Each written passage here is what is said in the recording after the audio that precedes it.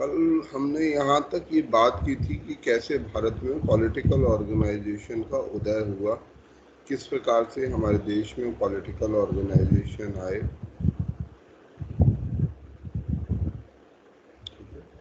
कैसे Indian national Congress INC की स्थापना हुई,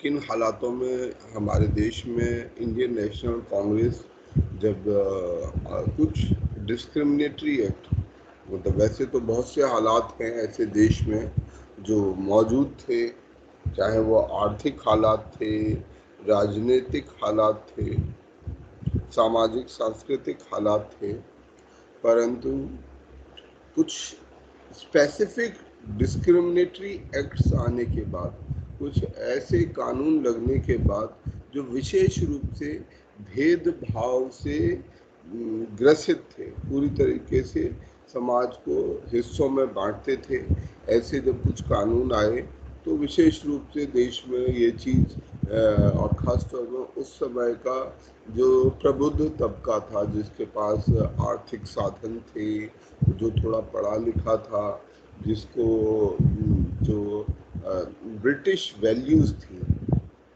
जो अंग्रेजी जो उनके खुद के सिद्धांत थे, उनकी जानकारियाँ थी, तो ऐसे लोगों को धीरे धीरे जब की जानकारियाँ होने लगी तो उन्होंने अंग्रेज़ों के खिलाफ सवाल उठाने शुरू किए।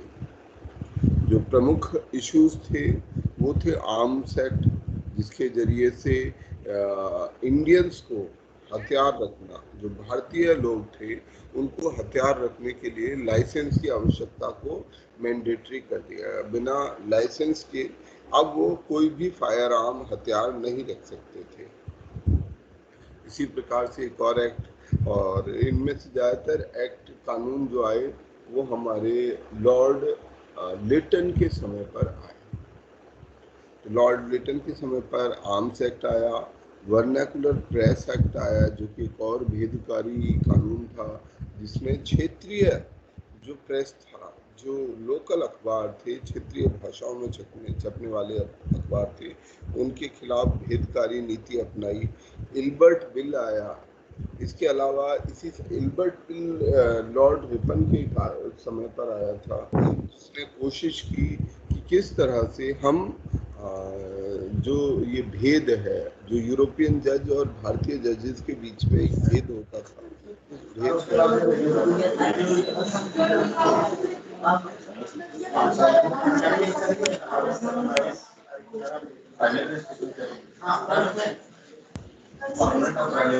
करें, आप अपने आप को म्यूट पर रखें।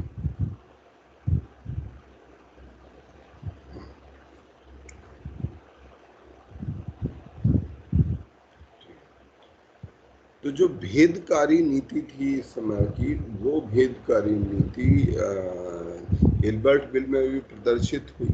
इसके अलावा दिल्ली दरबार एक घटना थी, जो दिल्ली दरबार हुआ 1877 में, पहला दिल्ली दरबार हुआ, और उसी समय पूरा बंगाल जबरदस्त अकाल के दौर से गुजर रहा था, लाखों लोग जिस अकाल में मारे गए।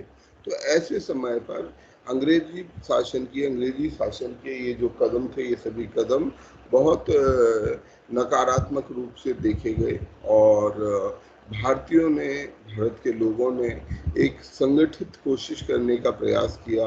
हमें एक संगठित राजनीतिक आंदोलन चलाना चाहिए, एक संगठित राजनीतिक रूप से संगठित होना चाहिए, जिससे कि हम इस समस्या का निदान कर सकें, इस जो डिस्क्रिमिनेशन है उसका निदान कर सकें, अपनी समस्याओं को अंग्रेजों तक पहुंचा सकें, अंग्रेजी शासन तक पहुंचा सकें, ताकि हम अंग्रेजी शासन जो उसके द्वारा किए जा रहे गलत तरीके हैं, उनको वो खत्म कर सकें। तो इसी क्लास रिकॉर्डिंग कीजिए, क्लास रिकॉर्ड मोड में, रिकॉर्डिंग में है शायद, है।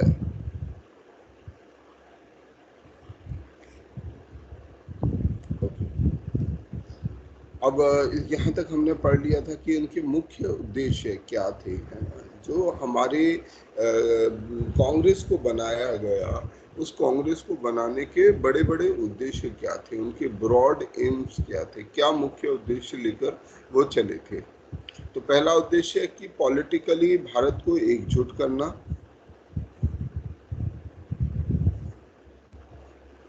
राजनीतिक अवेयरनेस, राजनीतिक चेतना लोगों के अंदर जागृत करना, सेक्युलर और ऑल इंक्लूसिव एक ऐसा जन आंदोलन तैयार करना जो गैर सांप्रदायिक हो और सबको समावेशी हो, सबको साथ लेकर चलने वाला हो।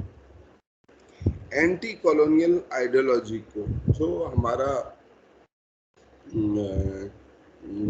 कॉलोनियलिज्म है, उपनिवेशवाद है, उस उपनिवेशवाद और साम्राज्यवाद के बारे में लोगों को बताया जाए और उसके खिलाफ एक सोच पैदा की जाए। जो राजनीतिक तरीके हैं एजिटेशन को, उनका अपनाया जाए, विरोध करने के जो तरीके हैं, प्रदर्शन करने के तरीके हैं, एजिटेट करने के तरीके हैं, उनको जो संवैधानिक तरीकों के भीतर रहते हुए, ये ध्यान रखें कि भारतीयों की अप्रोच, नेशनल कांग्रेस की अप्रोच संवैधानिक तरीकों के भीतर रहते हुए प्रदर्शन करना था।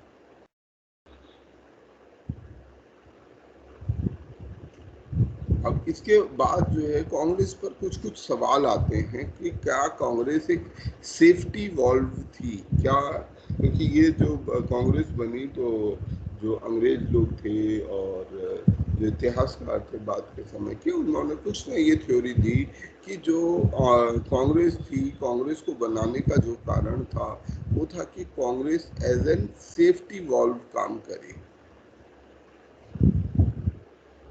एक प्रकार से जब जैसे सेफ्टी वॉल्व होता है हमारे प्रेशर कुकर में, जो प्रेशर कुकर होता है वहां से ये कॉन्सेप्ट लिया जाता है। कोई साथी हमारा बार बार माइक्रोफोन ऑन कर रहा है, कृपया ना करें, नहीं तो हमें क्लास से फिर उसे बाहर करना होगा। अच्छा, जो प्रेशर कुकर होता है उसमें एक सीटी लगी होती है, ठीक है, जो सीटी बजती है, वो सीटी क्यों लगाई जाती है और सीटी क्यों बजती है? क्या इसलिए बजती है कि हम लोग जैसे घरों में आमतौर पर महिलाएं इस्तेमाल करती हैं उसको, कि सीटी क्यों लगी होती है? क्योंकि सीटी गिनती हैं, वो इतनी सीटी लग जाए, एक सीटी, 2 सीटी, 3 सीटी, है ना, खाना पकने के लिए। पर ये सीटी जो लगाई जाती है इसका उद्देश्य क्या होता है? प्रेशर रिलीज करने के लिए। जो प्रेशर रिलीज। तो ये जो कुकिंग का सिद्धांत है, कुकिंग का सिद्धांत ये होता है कि जब प्रेशर बढ़ता है तो प्रेशर, हाई प्रेशर में टेम्परेचर भी हाई रहता है, तो एक कुकिंग का सिद्धांत है जिससे खाना जल्दी पक जाता है। खैर हम उस फिजिक्स के सिद्धांत में अभी नहीं जाएंगे, परंतु जो प्रेशर कुकर होता है उसमें अंडर प्रेशर खाने को पकाया जाता है, उसमें काफ़ी दबाव रहता है और दबाव के लिए हम स्टीम का इस्तेमाल करते हैं। परंतु यदि ये दबाव बहुत ज़्यादा बढ़ जाए, ठीक है, जो स्टीम होता है और ये स्टीम के प्रेशर की शक्ति बहुत ज़्यादा होती है, जिससे हम रेल इंजन, बड़े बड़े पानी के जहाज, बड़ी बड़ी मशीनें तक इससे मूव कर सकते हैं, इसी स्टीम से हम चला सकते हैं। तो यही स्टीम, परंतु अगर वो प्रेशर कुकर के अंदर वो प्रेशर लगातार बढ़ता जाए तो वो उस कुकर को भी फाड़ सकता है। वो कुकर एकदम बम की तरह काम करेगा और यदि ये सीटी ना लगी हो तो वो कुकर जो है एक बम की तरह फट जाएगा। अगर हम उसे गैस पर चढ़ा के रखेंगे और उसे रखे रहें तो वो प्रेशर धीरे धीरे बढ़ता जाएगा और अगर सीटी उसमें काम नहीं करेगी तो कभी आपने पढ़ा भी होगा प्रेशर कुकर फट गया। तो वो जो प्रेशर कुकर फटता है वो प्रेशर के कारण फटता है। ये जो 19वीं सदी थी, भारत के अंदर ऐसा नहीं हुआ, पर 19वीं सदी में कई जगहों पर, भारत में भी वैसे एक हद तक देखें तो 1857 में हमने देखा भी कि कई जगहों पर वायलेंट, हिंसक तरीकों से सरकार का विरोध किया गया।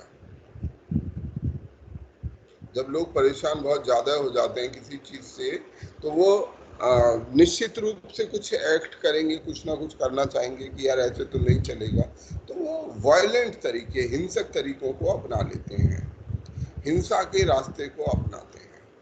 अब हिंसा के रास्ते में लोगों का नुकसान होता है, परंतु सरकार का भी भारी नुकसान होता है, जैसा हमने भारत के अंदर भी देखा 1857 में। इसके अलावा दुनिया भर में भी कई जगहों पर हमने फ्रांस के आंदोलन के, फ्रांसीसी क्रांति के बारे में हमने जाना। 1917 में रशियन रेवोल्यूशन हुआ, और ऐसे तमाम छोटी छोटी क्रांतियां हुई हैं जिसमें लोगों ने हिंसक तरीके को अपनाया, और सरकार इस बात को समझती थी कि भाई ये हिंसा अच्छी चीज नहीं है। और इस प्रकार की हिंसा से, जैसी 1857 में हुई, उस प्रकार की हिंसा से बचने का तरीका क्या हो सकता है? तो यदि हम लोगों के मूड को, अगर हम लोगों के मूड को समझें और प्रेशर को समझें, तो और प्रेशर अगर ज़्यादा बढ़ जाए तो उस प्रेशर को रिलीज कर दें, जैसे कुकर में करते हैं। जो कुकर में सीटी बजती है वो बेसिकली एक समय के बाद जब प्रेशर थोड़ा ज़्यादा हो जाता है तो वो सीटी उस कुकर के भीतर डेवलप हो रहे प्रेशर को कम कर देती है, जिससे कि वो कुकर कभी फटे ना। तो ये जो चीज होती है इसे सेफ्टी वॉल्व कहा जाता है। इसी सेफ्टी वॉल्व के तौर पर कुछ लोगों ने ये दावा किया कि कांग्रेस को बनाया गया है, जैसे ए.ओ. ह्यूम, इसको फाउंडर कौन थे? इसको बनाने वाले A.O.. Hume, Alan Octavian Hume थे। तो उन्होंने इसे क्यों बनाया? उन लोगों का कहना था कि इसे अंग्रेजी सलाह पर अंग्रेजों के द्वारा ही बनाया गया है, जिससे कि उनको देश के हालातों की सही जानकारी मिलती रहे। परंतु बहुत से ऐसे लोग भी हैं, कई इतिहासकार, ज्यादातर इतिहासकार इस थ्योरी से सहमत नहीं है। ये एक थ्योरी भर है, पर अधिकांश लोग इससे सहमत नहीं है।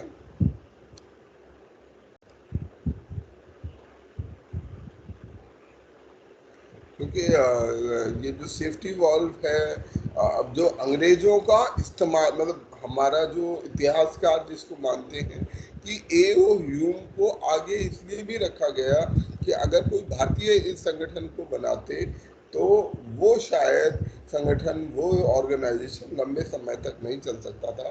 परंतु क्योंकि ये ऑर्गेनाइजेशन एक अंग्रेज सिविल सर्वेंट द्वारा ही बनाया गया था, तो इसके ज़्यादा स्थायी और लॉन्ग टर्म होने की संभावना ज़्यादा थी। इस कारण से ये एक सोचा समझा फैसला था, जो उस समय के लोगों द्वारा, उस समय के जो हमारे लीडर्स थे, उन्होंने ये फैसला सोच समझ के लिया था। और जो कांग्रेस थी, Congress was not a safety valve. आज के समय में हमारी जो एक आम समझ है, इतिहासकारों की जो आम समझ है, वो यही है कि Congress was not a safety valve, बल्कि जो ए ह्यूम को लेना था वो एक सोचा समझा कदम था। अब आगे बढ़ते हैं। जब भारतीयों ने कांग्रेस को बना लिया तो ब्रिटिश उसे किस तरीके से देख रहे थे? तो ब्रिटिश उसे हमेशा एक शक की नज़र से कि भाई ये क्या कर रहे हैं, कांग्रेस में क्या क्या एक्टिविटीज हो रही है, इन पर ध्यान रखा जाना आवश्यक है।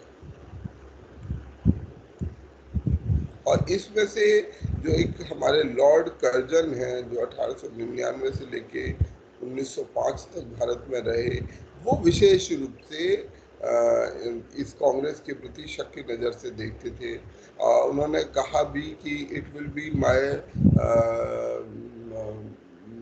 Eager desire, most eager desire to see the peaceful demise of Congress, कि ये मेरी हार्दिक इच्छा है कि मैं अपने शासन काल में, अपने समय काल में कांग्रेस का खात्मा और पीसफुल खात्मा मैं देखूं।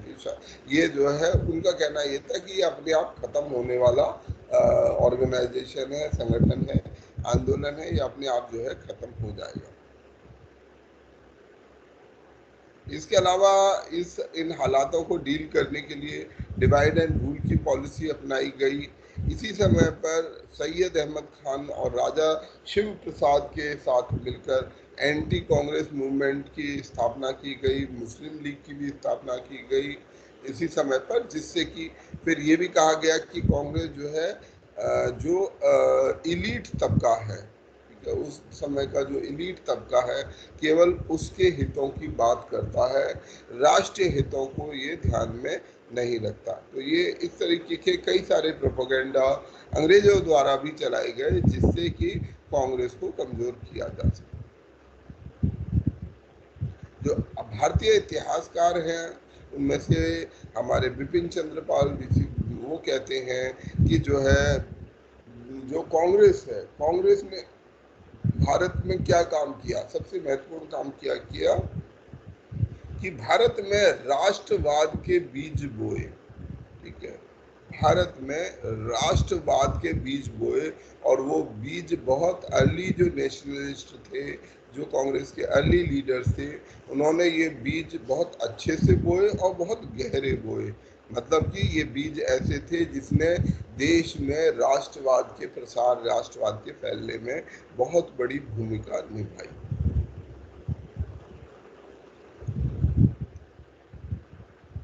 अब बात करते हैं क्रिटिसिज्म ऑफ कांग्रेस की कि भाई कि कांग्रेस की अपनी कमियां क्या क्या रही। कांग्रेस की एक कमी तो यही रही कि Congress was an organisation of educated middle class. जैसा हमने ऊपर बात किया कि केवल एक मध्यम वर्गीय लोग जो पढ़े लिखे थे वही इसके हिस्से थे और उनमें से ज्यादातर अपने किसी न किसी निजी हित से इस ऑर्गेनाइजेशन, इस संगठन से जुड़े हुए थे। जैसे कि जो उनकी अपनी एस्पिरेशंस क्या थी, उस समय का जो मध्यम वर्गीय तबका था, जो थोड़ा सा पढ़ा लिखा था, जिसके बाद पैसा भी था, पढ़ा लिखा एजुकेशन थी, तो वो क्या चाहता था अपने लिए। तो जैसे एक कि उसे भी देश की सिविल सर्विसेज में मौका मिलना चाहिए। उस समय तक अधिकांश मौका जो है केवल लगभग सारा का सारा मौका ब्रिटिश लोगों को ही मिलता था, भारतीयों को कोई मौका नहीं मिलता था। तो हमारा जो मध्यम वर्ग था, पढ़ा लिखा मध्यम वर्ग था, वो चाहता था कि ये बदलना चाहिए, हमें भी मौका मिलना चाहिए। इसी प्रकार से जो लेजिस्लेटिव काउंसिल है, जैसे जो आज हम संसद तो नहीं कह सकते उसको पूरी तरह से, पर जो भी ये विधायकी परिषद है उसमें भी हमें भी मौका मिलना चाहिए। और उन्होंने वो आरोप लगाते थे, जो कि ठीक भी था, कि इसमें एक बहुत ही छोटा अल्पसंख्यक वर्ग हमारी सिविल सर्विसेज लेजिस्लेटिव काउंसिल को चलाता है। जो हमारे आम जन थे इस समय पर, शुरुआत की अगर मान ले 21वीं सदी की शुरुआत की बात करें, 1900 की बात करें, तो भारतीय की आबादी का कंपोजिशन क्या होगा। कोई हम अगर बात करें इस समय पर सन 1900 में भारतीय आबादी कितनी रूरल होगी और कितनी अर्बन होगी, कोई आंकड़ा दे पाएगा। शायद हमने बात भी की है क्लास में। सन 1900 एक बार रिकॉल कर दीजिए। 11% सर अर्बन थी उस टाइम। ये फैक्ट आपने चेक किया है? 11%? हाँ सर, हाँ सर। सन 1900 में चेक कर लेना। मेरे को जैसे शायद हो सकता है तुम ठीक हो, मुझे मतलब जैसा लगभग आबादी जो है बहुत कम आबादी हमारी अर्बन होती थी, शहरी होती थी। अधिकांश आबादी गांव की होती थी और जो पढ़ी लिखी आबादी थी वो भी बहुत कम थी। ज़्यादातर आबादी हमारी अनएजुकेटेड होती थी, इलिटरेट होती थी। मैट्रिकुलेशन भी, हाई स्कूल भी रेयर लोग कर पाते थे। अगर मुझे ठीक से याद है, लिटरेसी रेट 6% का उस समय होता था। तो बहुत कम आबादी, हो सकता है ये आंकड़ा मेरा मुझे पूरी तरह से ठीक ना याद हो। तो ये जो नंबर्स थे ये बहुत ज़्यादा कम थे। ज़्यादातर आबादी रूरल थी, ज़्यादातर आबादी कृषि पर आधारित काम पर निर्भर करती थी। मतलब डायरेक्टली या तो किसान थे या किसान के यहाँ मजदूर थे, खेती है मजदूर थे। तो लोग, अधिकांश लोग इसी तरीके से काम करते थे। तो हमारे जो उस समय के जो पीजेंट इंटरेस्ट हैं, जो किसानों का, क्योंकि बहुसंख्यक लोग किसान तो थे नहीं, पर किसानों का हित अभी कोई बात नहीं होती थी। इस समय पर किसान के, आम आदमी के हित की कोई बात नहीं होती थी, केवल सिविल सर्विसेज उस समय पर। और आज भी जैसे सिविल सर्विसेज में एंट्री करना एक आम आदमी के लिए, आम बच्चे के लिए बहुत मुश्किल था।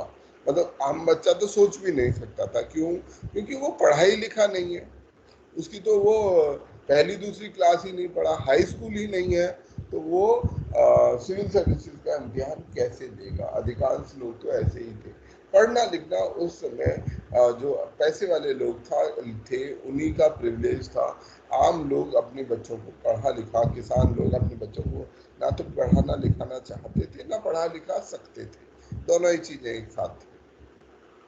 तो 1920 के बाद जब किसान सभा मूवमेंट्स आए, उसके बाद ही इस तरीके के जो आम मांगे थी, और उसमें गांधी जी का एक विशेष योगदान है कि गांधी जी ने हमारे देश में जो जो मूवमेंट है उसके अंदर में आम जन का प्रतिनिधित्व, एक कॉमन मैन पर्सपेक्टिव लाने की कोशिश की, और कांग्रेस को एक इलीट क्लास की, एक सीमित वर्ग की पार्टी से एक आम जन की पार्टी में कन्वर्ट में उनको बदलाव कर दिया। यही गांधी जी का सबसे बड़ा योगदान है कांग्रेस के लिए। कांग्रेस के जो फेजेस हैं उनको हम 3 हिस्सों में बांटते हैं। 1885 से लेकर 1905 तक का समय है, जिसको हम मॉडरेट फेज या अर्ली नेशनलिज्म का फेज कहते हैं। जो शुरुआत के 20 साल थे कांग्रेस के, वो अर्ली नेशनलिज्म के जो फेज थे वो मॉडरेट्स द्वारा कंट्रोल किए जाते थे। इस समय पर जो कांग्रेस पर जो प्रतिनिधित्व था वो मॉडरेट तबकों का हुआ करता था। मॉडरेट तबके क्या होते थे? मॉडरेट तबके अपनी मांग के लिए अलग तरीके अपनाते थे जो एक्सट्रीमिस्ट से अलग थे। तो हम एक बार इन दोनों के अंतर को समझ लेते हैं कि दोनों किस किस तरीके से बिहेव करते थे।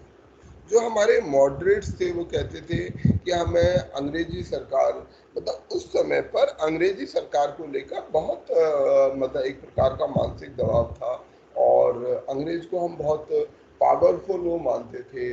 आम जन ऐसा मानते थे कि अंग्रेजों को हराना संभव ही नहीं है, क्योंकि अंग्रेज बहुत बड़ी शक्ति है और अंग्रेज को हराना संभव नहीं है।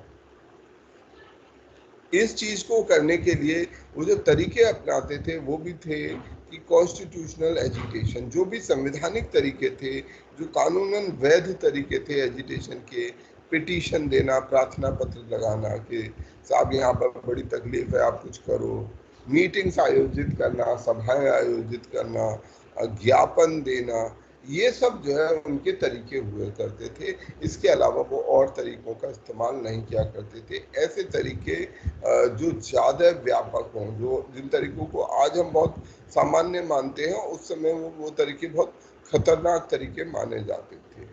विरोध प्रदर्शन करना, ये सब तरीके उस समय अपनाए नहीं जाते थे। इसके अलावा हमारे जो मॉडरेट थे उनका सबसे बड़ा योगदान कि उन्होंने अंग्रेजी शासन का जो आर्थिक चरित्र था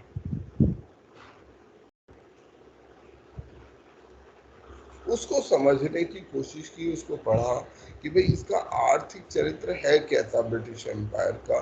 इस आर्थिक चरित्र को पढ़ा जाए, इसे समझा जाए और इस पर काम किया जाए।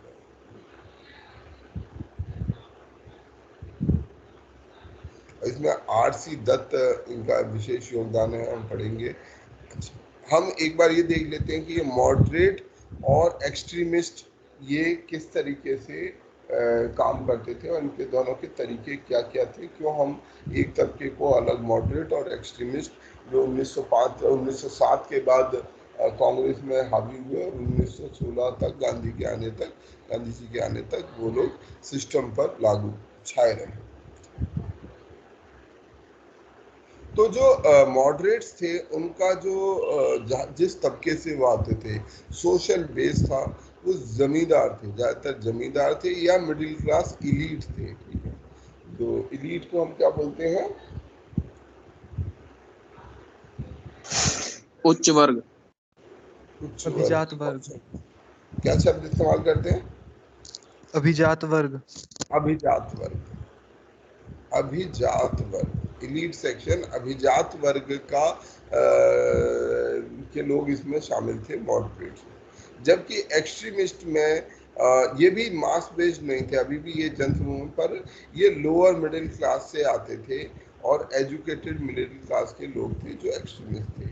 जो विचारधारा थी मॉडरेट्स की, वो लिबरल विचारधारा, पश्चिमी विचारधारा थी और लिबरल विचारधारा थी, जबकि एक्सट्रीमिस्ट की विचारधारा भारतीय इतिहास में और संस्कृति से इंस्पायर होती थी।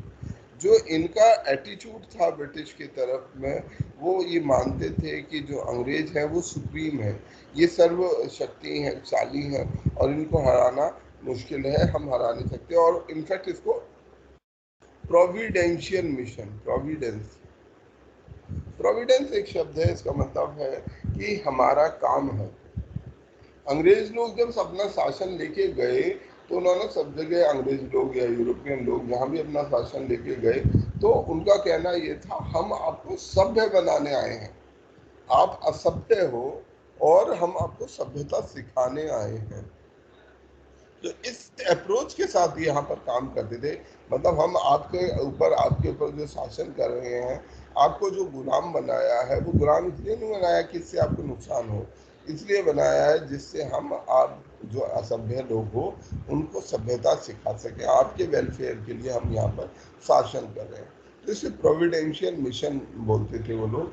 और जो मॉडरेट्स थे वो एक हद तक इसमें विश्वास भी करते थे कि भाई वो जो शासन है वो बड़ा लाभकारी है, परंतु जो एक्सट्रीमिस्ट लोग थे वो इस तरीके के विचार को नहीं एक्सेप्ट करते थे कि ब्रिटिश हमारे किसी फायदे के लिए आए हैं।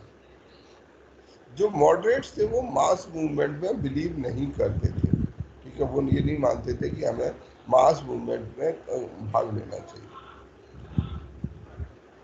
जो एक्सट्रीमिस्ट थे वो मास मूवमेंट में बिलीव करते थे कि जन समूह को हमें शामिल करना चाहिए।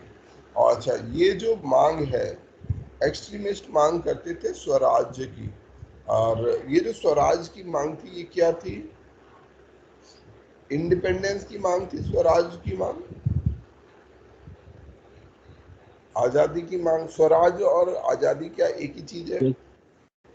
सर पूर्ण स्वराज था आजादी का मांग। स्वराज का मतलब है self rule. Self rule does not mean independence. Self rule की हमें ऑटोनॉमी चाहिए, आप बने रहो पर हमें जो है हमारे जो गांव हैं, कस्बे हैं, उन पर स्वशासन की आज़ादी दो, प्रशासन में हमारे लोगों को शामिल करो, वो स्वशासन है। जैसा स्वशासन की मांग जो आयरलैंड में भी की गई बाद में, ठीक है, होम रूल की, होम रूल भी शब्द इसके लिए इस्तेमाल हुआ, आयरलैंड के अंदर होम रूल हुआ, भारत में भी उसका वो मूवमेंट यहाँ पर आया। तो जो ये स्वराज है ये इंडिपेंडेंस नहीं है, ध्यान रखेंगे।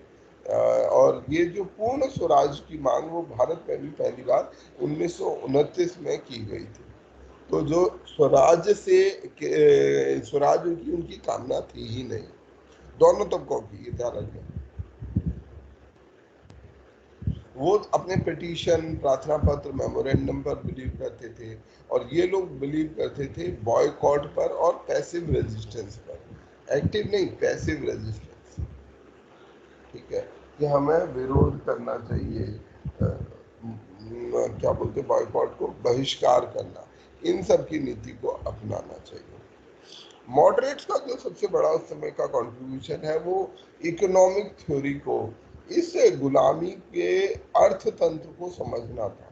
क्योंकि ऊपरी तौर पे तो ऐसा कुछ लोग, भारत के लोग भी मानते थे कि जो है जो अंग्रेज हैं वो हमारे देश में हमारी भलाई के लिए आए हुए हैं, कितने नए नए काम कर रहे हैं। आज भी कई लोग हम में से उसको मान सकते हैं कि अंग्रेजों ने भारत के लिए बहुत सारे अच्छे काम किए, रेलवे लाए, पोस्ट ऑफिस लाए, टेलीग्राफ लाए, मॉडर्न एजुकेशन लाए, इंग्लिश लाए, बहुत कुछ ऐसी चीज़ें हैं जो वो लेकर आए, बिल्कुल लेकर आए, इसमें कोई दो राहें नहीं है। परंतु ये सब करने का उनका उद्देश्य है, आदमी की इंटेंशन बहुत इंपॉर्टेंट होती है कि आदमी करना क्या चाहता है। तो उनकी इंटेंशन कभी ये नहीं थी कि हम ये देश के भले के लिए लाएं, हम यहाँ के लोगों के लिए लाएं। उनकी सब प्राइमरी इंटेंशन ये थी कि हमें अपने शासन को चलाने में और भारत को एक्सप्लॉइट करने में इन साधनों से सहायता मिलेगी, इसलिए वो इनको लाए। तो बेशक हमें वो चीज़ें, हमें उनसे फायदा हुआ, चाहे रेलगाड़ी से हमें फायदा है, चाहे हमें टेलीग्राफ सिस्टम से फायदा था, या जो भी सिस्टम उनके द्वारा लाया गया उससे हमें फायदा हुआ। पर वो फायदा इसलिए नहीं हुआ कि वो उससे फायदे के लिए लाए थे, हमारे फायदे के लिए नहीं। वो एक साइड इफेक्ट है। उनका जो मेन ऑब्जेक्टिव है वो था इकोनॉमिक एक्सप्लॉयटेशन ऑफ इंडिया। और इस बात को बहुत अच्छी तरीके से हमारे दादा भाई नौरोजी और आरसी दत्त ने इस बात को एक्सपोज किया। आरसी दत्त और दादा भाई नौरोजी उस समय के ये दो बड़े नाम हैं जिन्होंने हमारे इस बात को एक्सपोज किया। और इसको ड्रेन थ्योरी बोला जाता है। Drain theory, drain of wealth. ये ड्रेन ऑफ वेल्थ है कि दोहन किया जा रहा है, जो संपत्ति है दोहन, ड्रेन किया जा रहा है। किसका ड्रेन किया जा रहा है? Indian economy. पैसे का सर, वेल्थ का। इंडियन वेल्थ को अंग्रेज जो है धीरे धीरे करके कैसे इंग्लैंड ले जा रहे हैं, इस बात का जो खुलासा है वो सबसे पहली बार दादा भाई नौरोजी और आरसी दत्त ने, और सिस्टमैटिकली साइंटिफिकली ये बात साबित की कि किस प्रकार से ये ड्रेन ऑफ वेल्थ हो रहा है।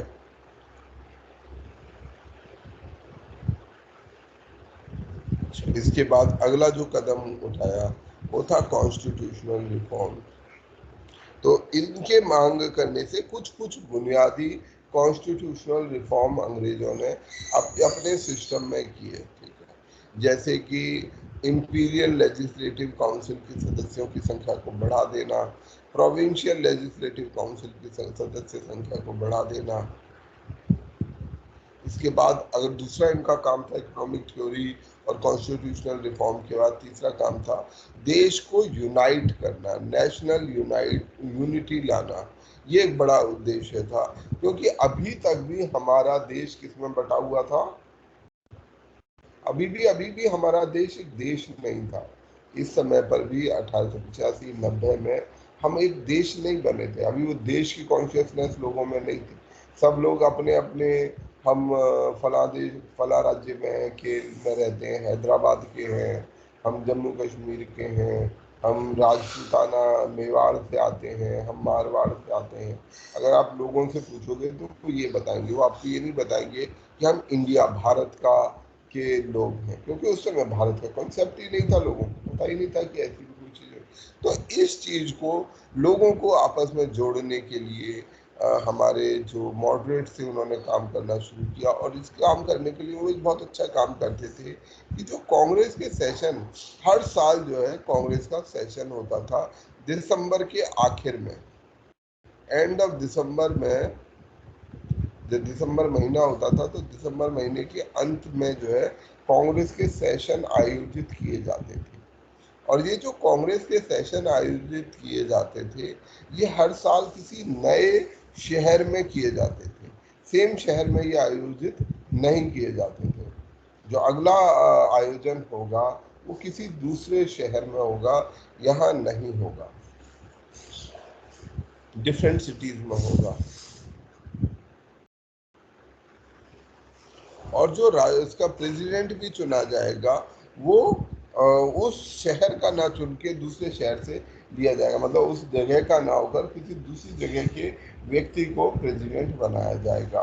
तो ये ऐसा कुछ नियम बनाया था जिससे कि एक तो ये रोटेट करे प्रेसिडेंसी, कोई एक आदमी हमेशा के लिए प्रेसिडेंट ना रहे, फिर वो व्यक्ति एक साल के लिए प्रेसिडेंट रहता था, अगले साल दूसरे शहर से किसी व्यक्ति को प्रेसिडेंट चुना जाता था। इस तरीके का ये सिस्टम इसमें फॉलो किया जाता था।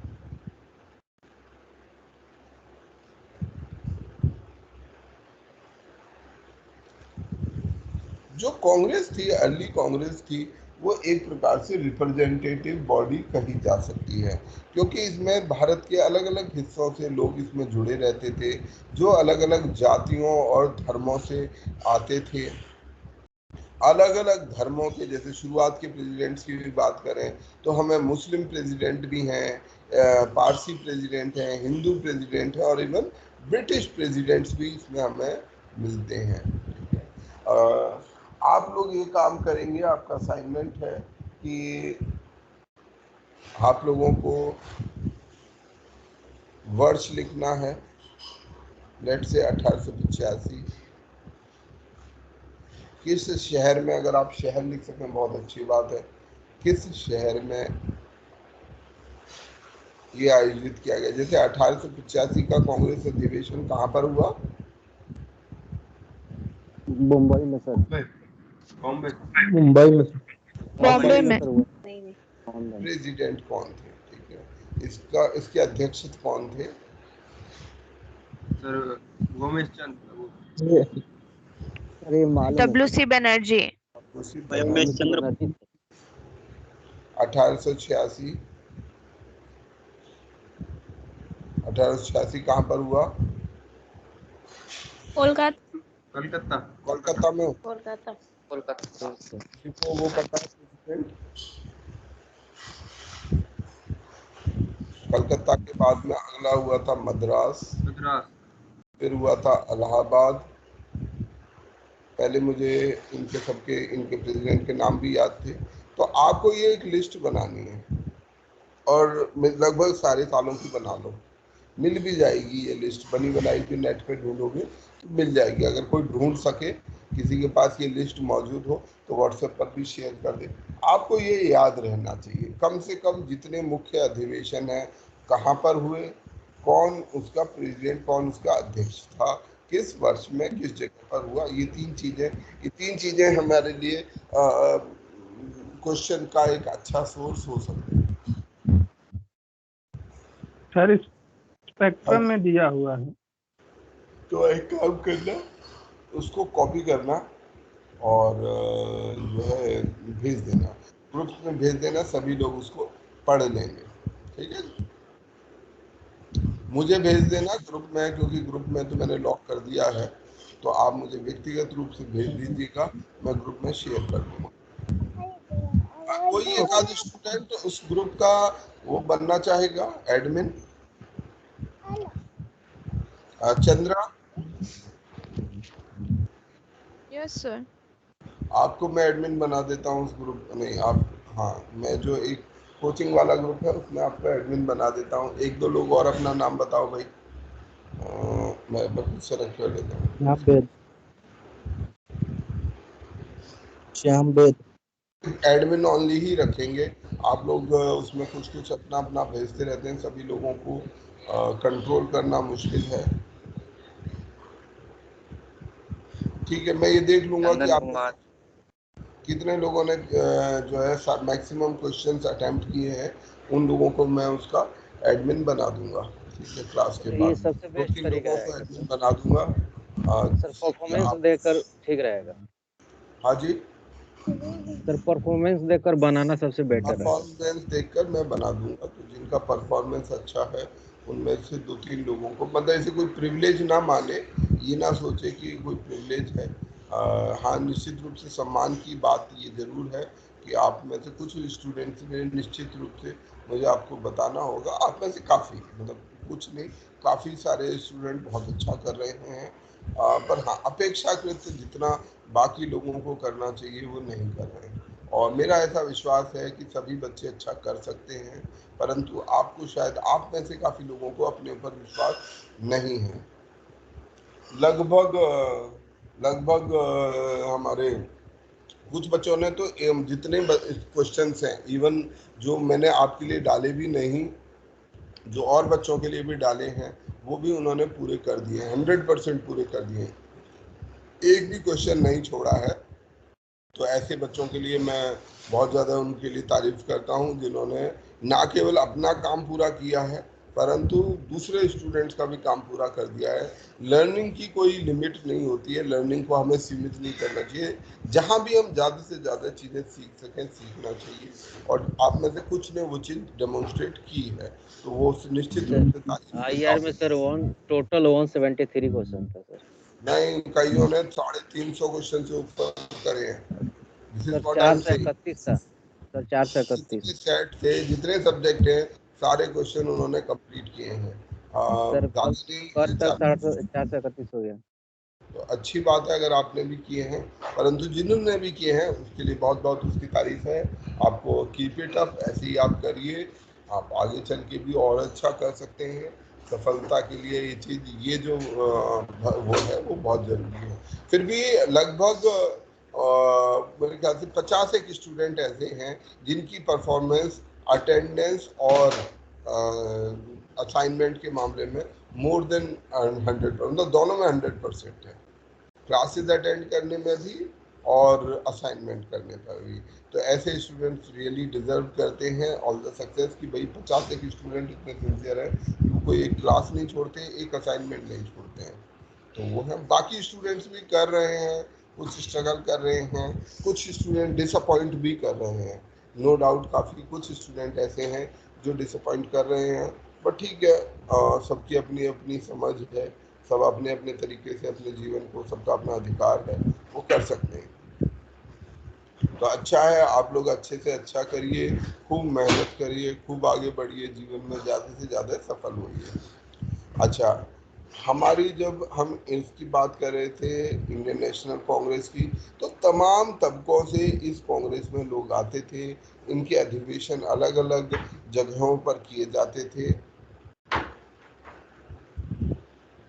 फिर यहाँ पर एडमिनिस्ट्रेटिव रिफॉर्म्स, ठीक है, एडमिनिस्ट्रेटिव रिफॉर्म लाने के लिए हमारे जो ये हैं, इनका बड़ा योगदान है। Indianisation of higher civil services कराने के लिए बड़ा योगदान है। जो सिविल राइट है, जो हमारे नागरिक अधिकार हैं, जैसे प्रेस की आज़ादी, बोलने की आज़ादी, इसको सुनिश्चित करने में हमारे मॉडरेट्स का एक महत्वपूर्ण रोल है। इसके अलावा जो अंग्रेजों द्वारा जो फॉरेन पॉलिसी अपनाई जा रही थी उस समय पर, उसका भी इन्होंने विरोध किया कि हमें इस नीति को नहीं अपनाना चाहिए। लोगों का ओपिनियन बदलने में, बनाने में काम किया। और राष्ट्रवाद, सबसे महत्वपूर्ण काम जो इन्होंने किया वो यही है कि भारत में राष्ट्रवाद की शुरुआत, राष्ट्रवाद की चिंगारी जलाई। हमारे जो आंदोलन है, जो हमारा मॉडर्न इंडिया है, मैंने पहले दिन से ये समझाने की कोशिश कर रहा हूँ कि क्यों हमारे लिए ये महत्वपूर्ण हो जाता है कि भारत में जो आज के समय का राष्ट्रवाद है, वो राष्ट्रवाद आज हमें बहुत सामान्य सी चीज लग सकती है, पर ये राष्ट्रवाद हमेशा नहीं था। आज से 100 साल पहले भी लोगों के अंदर वो बिलोंगिंगनेस नहीं थी, पर आज जो बिलोंगिंगनेस हमें अपने देश के प्रति महसूस होती है, वो बिलोंगिंगनेस नहीं थी। और ये बिलोंगिंगनेस अभी और आगे बढ़नी जरूरी है, अभी यहाँ से हमें और आगे बढ़ना आवश्यक है। तो ये राष्ट्रवाद के लिए हमारे काम किया।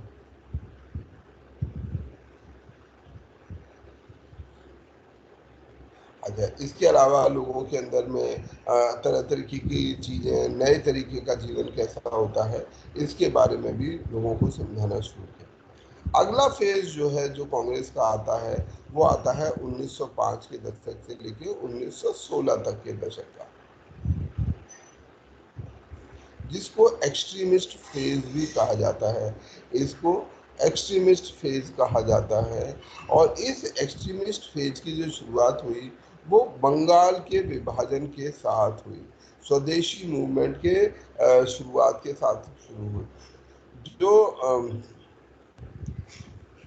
इसके कारण पर चले जाते हैं। बेसिकली ये 1905 में जब बंगाल का विभाजन आयोजित किया, तो लोगों में, क्योंकि अब तक कांग्रेस पहले 20 सालों में 1905 आते आते कांग्रेस एक मजबूत शक्ति बन चुकी थी भारत में, ठीक है। कर्जन हमेशा इसका क्रिटिकल रहा, परंतु कर्जन के जो कानून थे उससे लोगों में और ज़्यादा इसको मजबूत करने में उसका योगदान रहा, ठीक है। ना चाहते हुए भी उसने अनचाहे तरीके से कांग्रेस को और मजबूत किया, भारत में राष्ट्रवाद को और ज़्यादा मजबूत किया।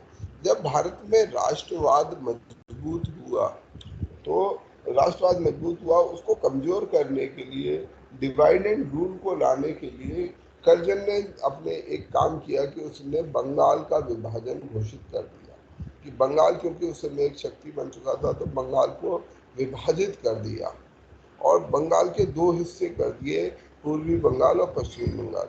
ये ध्यान रखें, उस समय की बंगाल में बिहार भी शामिल था, बिहार उड़ीसा तक शामिल थे। तो वो बंगाल का विभाजन करने से दो हिस्से बना दिए गए। पूर्वी बंगाल जो कि मुस्लिम बहुल था, और पश्चिम बंगाल जो कि हिंदू बहुल था। ऐसा करना एक जानबूझ के किया गया राजनीतिक काम था, जिससे कि जो ये देश में राष्ट्रवाद पैदा हो रहा था, और क्योंकि बंगाल एपी सेंटर था उस समय पर, मुख्य केंद्र था सभी प्रकार की राजनीतिक गतिविधियों के लिए, तो ये सोचकर ये विभाजन किया गया। परंतु लोग, बंगाल के लोग इसके लिए काफ़ी ज़्यादा क्रिटिकल हुए और उन्होंने इसके खिलाफ आंदोलन शुरू किया, जिसका नाम स्वदेशी आंदोलन था। हम पढ़ेंगे बाद में। इस स्वदेशी आंदोलन के आते आते जो मॉडरेट्स थे वो कमज़ोर हो गए, और इस बात के लिए उन्हें कन्विंस किया गया मॉडरेट लीडर्स को कि हमें ज़्यादा एक्सट्रीम तरीके अपनाने पड़ेंगे अंग्रेज़ों का विरोध करने के लिए, और वहाँ से ये एक्सट्रीमिस्ट फेज शुरू हुआ।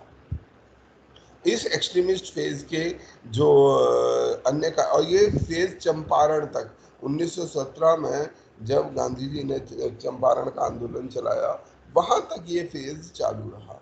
इसके कारण क्या क्या थे एक्सट्रीमिस्ट फेज के? नंबर एक, जो हमारे मॉडरेट्स थे वो 1885 से लेके 1905 तक कोई भी विशेष अचीवमेंट हासिल नहीं कर सके थे। नंबर दो, इंडियन काउंसिल एक्ट, ठीक है, इंडियन काउंसिल एक्ट जो है जो 1892 में लाया गया था, ये लाया तो गया कांग्रेस की जो मांग को लेकर, पर इससे कोई भी खुश नहीं था, लोग जो है पूरी तरीके से डिसअपॉइंटेड थे। फिर ये इंडियन ऑफिशियल सीक्रेट एक्ट आया, कंगकर्जन का शासन आया, फ्रीडम ऑफ प्रेस को सीमित कर दिया गया। ये ऐसे कुछ काम थे जिन्होंने जो गुस्सा था लोगों के बीच में उसको और ज़्यादा मजबूत कर दिया। एक्सट्रीमिस्ट फेज के बाद आता है हमारा गांधीयन एरा, गांधी का युग। और गांधी के युग में 1917 तक जो है 1917 से 1917 में गांधी जी ने एक नई तरीके की नीति, जो कि ना तो प्योरली एक्सट्रीमिस्ट पॉलिसी कही जा सकती है, ना वो नर्म नीति कही जा सकती है, ना वो गरम दल की नीति कही जा सकती है, वो एक अलग ही रास्ता था। तो गांधीयन एरा 1917 से शुरू हुआ। ये 3 फेजेज हैं हमारे इंडियन नेशनल कांग्रेस के। और ये कुछ बेसिक जानकारी है जिसके बारे में मैं अभी थोड़ी देर पहले आपसे बात कर रहा था। उस तरह से सिस्टमैटिक नहीं है, बट हाँ फिर भी जब 1885 में कांग्रेस की स्थापना हुई, डफरिन जो है वाइसराय होते थे और Lord cross secretary of state होते थे। जो दूसरा सेशन हुआ वो कलकत्ता में हुआ, दादा भाई नौरोजी इसके लीडर बने। तीसरा सेशन मद्रास में हुआ, बदरुद्दीन तैयब जी। अब जैसे पहला सेशन WC बनर्जी शायद हिंदू होंगे, दादा भाई नौरोजी एक पारसी व्यक्ति थे, बदरुद्दीन तैयब जी मुस्लिम व्यक्ति थे। फिर उसके बाद चौथा सेशन इलाहाबाद में हुआ, जिसमें जॉर्ज यूल, ठीक है, एक अंग्रेज, एक यूरोपियन व्यक्ति को हमने बनाया। तो अलग अलग तरीके के लोगों को अलग अलग शहरों में इन जो इसके सेशन थे, कांग्रेस के सेशन, उनको आयोजित किया ताकि कांग्रेस को मजबूत किया जा सके। जो विदेशी मूल के व्यक्ति जो कांग्रेस के अंदर में प्रेसिडेंट बन सके वो हैं मिस्टर जॉर्ज यूल, जो कि चौथे सेशन के वो बने, विलियम बेडरवन 5वें सेशन के और 1910 में बने विलियम बेडरवन, आल्फ्रेड वेब 1894 में बने, हेनरी कॉटन 1904 में, और भिकाजी कामा। ये 5 लोग जो है ऐसे लोग थे जो विदेशी मूल के लोग थे और भारत के कांग्रेस के अध्यक्ष बन सके। जी के गोखले बनारस सेशन जो 1905 में हुआ उसमें प्रेसिडेंट थे, और ये बहुत महत्वपूर्ण सेशन था। हम बाद में इसे पढ़ेंगे भी कि क्यों ये महत्वपूर्ण था, क्योंकि इस 1905 के सेशन के बाद से जो बंगाल का पार्टीशन घोषित कर दिया गया था, यहाँ से स्वदेशी आंदोलन की शुरुआत हुई। अगला एक महत्वपूर्ण सेशन है 1907 का। 1907 में कांग्रेस के अंदर में पहला विभाजन हुआ। ये जो एक्सट्रीमिस्ट और मॉडरेट का जो लड़ाई थी ये अपने चरम पर पहुंच गई और सूरत का स्प्लिट मतलब जो सूरत में जो है दोनों दलों में कांग्रेस का पहला विभाजन हुआ और इस समय प्रेसिडेंट जो थे वो रास बिहारी घोष। इस व्यक्ति का नाम भी याद रखिएगा, रास बिहारी घोष। और इसी समय पर एक रास बिहारी बोस, दो अलग अलग व्यक्ति हैं, लगभग समय काल भी सेम है। ये बंगाल के हैं और जो एक वायलेंट मेथड का आंदोलन था उसमें ये काम कर रहे थे, रास बिहारी बोस। और घोष थे हमारे प्रेसिडेंट, हमारे इंडियन नेशनल कांग्रेस के प्रेसिडेंट। फिर 1916 अगला बहुत महत्वपूर्ण जो इसका सेशन हुआ वो हुआ 1916 में, जब अंबिका चरण मजूमदार, लखनऊ सेशन इसको बोलते हैं, अंबिका चरण मजूमदार जो है इसके अध्यक्ष बने। ये बहुत महत्वपूर्ण सेशन है, इसमें दो बहुत महत्वपूर्ण बदलाव आए थे। पहला कि जो मॉडरेट और एक्सट्रीमिस्ट का जो डिवीजन हुआ था वो वापस हो गया, वो रिवर्ट हो गया। मॉडरेट और एक्सट्रीमिस्ट लीडर ने एक साथ आना तय कर लिया कि हाँ हम एक साथ काम करेंगे। दूसरा महत्वपूर्ण विलय जो इम्पोर्टेंट वो हुआ था, इस समय पर 1916 में कांग्रेस और मुस्लिम लीग का पैक्ट हुआ, लखनऊ पैक्ट भी बोलते हैं इसको। तो ये लखनऊ पैक्ट 1916 में हुआ। ये पहला समय था जब दोनों ये अलग अलग विचारधारा के दल एक साथ आए।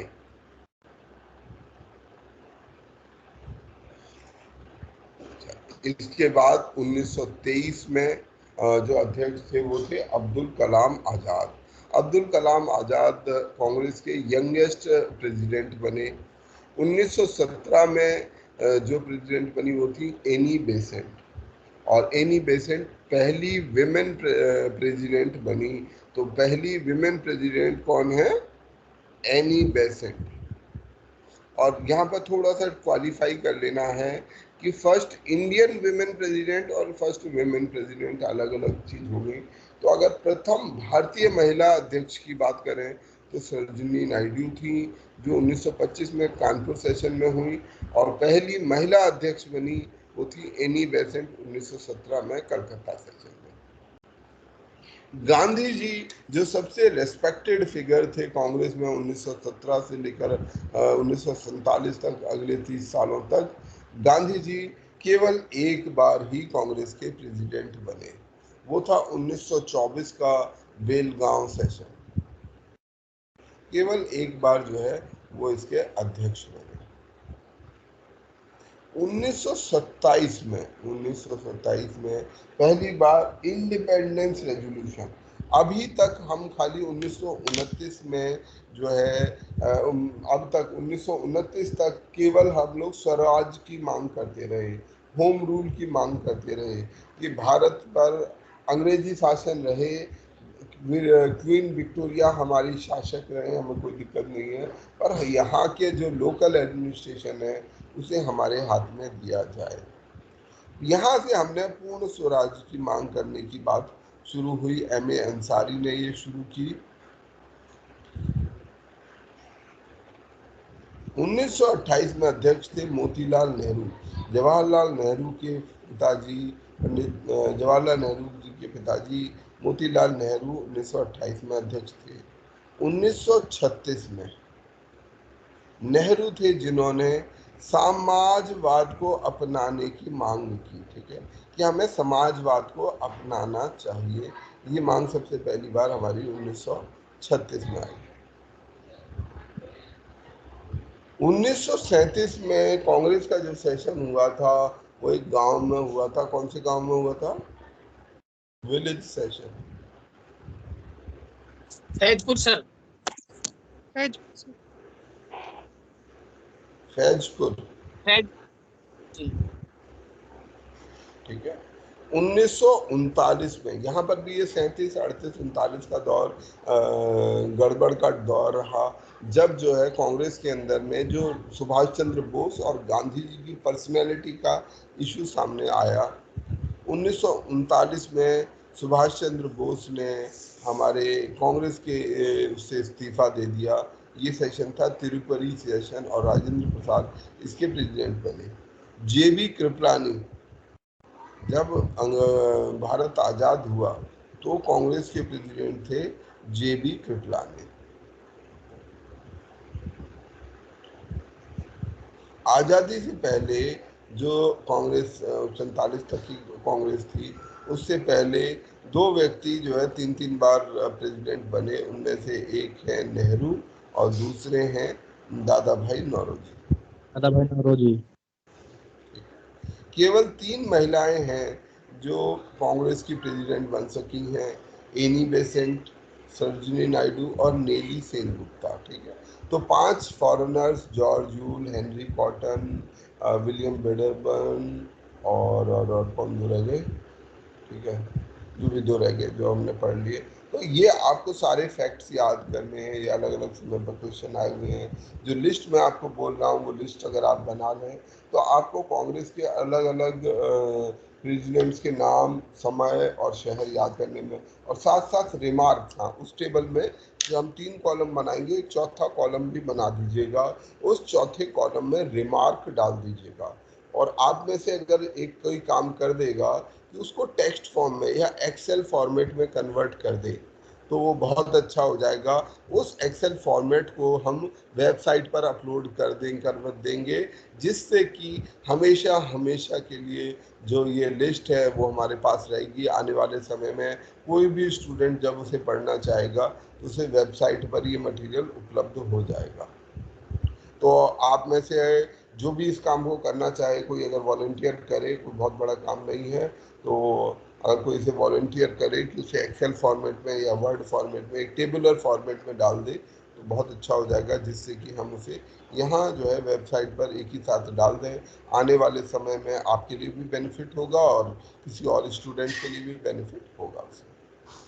अच्छा, एक काम मैं और आप लोगों से करना चाहता हूँ, अगर आप में से कुछ वॉलंटियर करेंगे, जो लोग हिंदी इंग्लिश अच्छी है जिनकी, ठीक है, उन लोगों को मैं ये काम देना चाहता हूँ कि मैं आपको हिंदी के ट्रांसलेशन को प्रूफ रीडिंग के लिए, प्रूफ रीडिंग का काम आप में से कुछ समझते होंगे, प्रूफ रीडिंग का काम देना चाहता हूँ।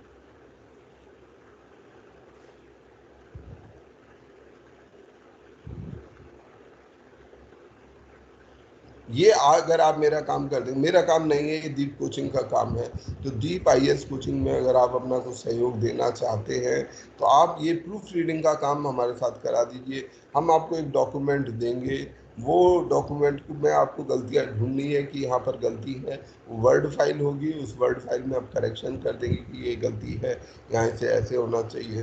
तो कोई इसमें वॉलंटियर करेगा? ज़्यादा नहीं, जितने कम पेज आप 8-10 पेज हम अगर बांट लें। सर गलतियां हैं इसमें, मैं कर दूंगा कुछ पता है गलतियां चीजें सही। सुधारने के हाँ लिए सर, क्योंकि मैं आप भी हिंदी और इंग्लिश में दोनों में पढ़ता हूँ, तो उसमें गलतियां हैं हिंदी वाले में। वो मुझे पता है। तो सर उस हिंदी और इंग्लिश की टाइप दोनों में कर सकता हूँ। है हिंदी इंग्लिश दोनों की टाइपिंग सर मैं कर सकता हूँ। टाइपिंग करने की कोई जरूरत नहीं है, कोई टाइपिंग करने की जरूरत नहीं हाँ है। सर, बस वो आपको करेक्शन करना ये है। जो टेक्स्ट है वो हिंदी में मिलेगा, ठीक है। हिंदी का फॉन्ट कहीं भी इजीली अवेलेबल होता है, नहीं तो मैं हिंदी का टूल भी आपको एक गिफ्ट कर सकता हूँ। मैं आपको दिखा देता हूँ कैसे मैं कहना चाहता हूँ।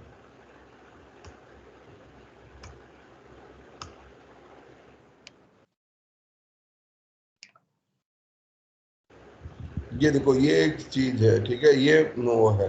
अब मैं लिखना चाहता हूँ कुछ भी, इंडिया इज ग्रेट कंट्री, हाँ, मैं आपको वर्ड फाइल दूंगा।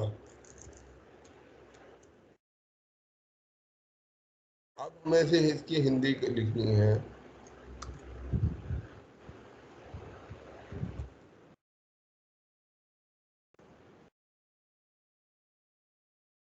एक महान देश, ये महान गलत हो गया, दोबारा से करेंगे। ये जो टूल है ये हमें यहाँ बता देता है, ठीक है, भारत एक महान देश है। अब आपको सारी हिंदी की ये टाइपिंग नहीं करनी है, आपको करना सिर्फ ये है कि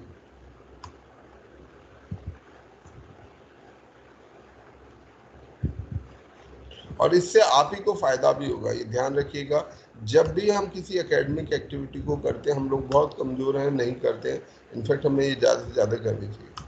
आज जैसे ये चैप्टर है, इस चैप्टर की इसकी आपको सॉफ्ट कॉपी दे दूंगा मैं आपको, ठीक है। ये सॉफ्ट कॉपी आपको वर्ड फाइल में ये रहेगा। अब आपको जहाँ लगे, जैसे पुर्तगाली भारत आने वाले पहले यूरोपियन थे, ईस्ट इंडिया कंपनी के आने के 100 साल पहले 1502 में उन्होंने कोचीन में अपना कारखाना स्थापित किया। इसमें कोई गलती नहीं है, इसमें कहीं कोई छोटी मोटी एक आध गलती, जैसे ये है ले लिया, अब हाँ यहाँ ये गलती है,